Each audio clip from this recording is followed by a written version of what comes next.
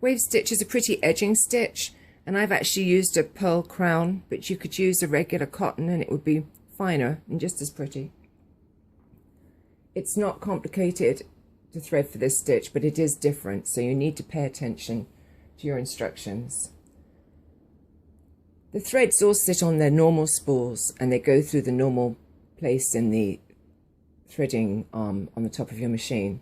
But when they actually come to this section, they can change. For instance, this is the 02 needle threading position normally. But for this stitch, we're going to move it over to the needle 1 thread guide.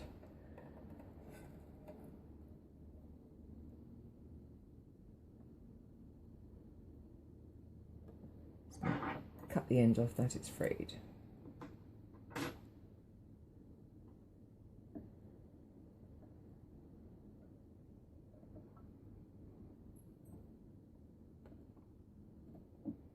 I don't always put mine through the extra guide here.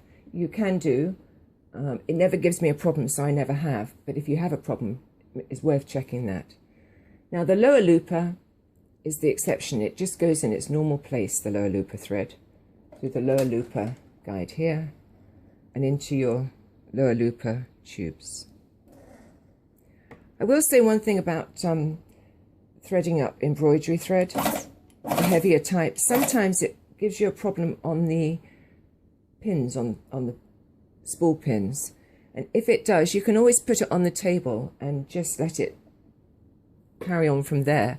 I've never had a problem with it. You do have to keep an eye that it doesn't get knocked over, but it feeds well from the table if it gives you trouble on the spool.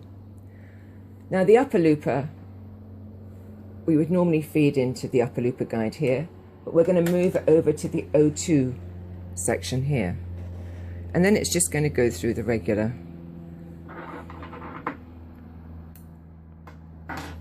threading tube.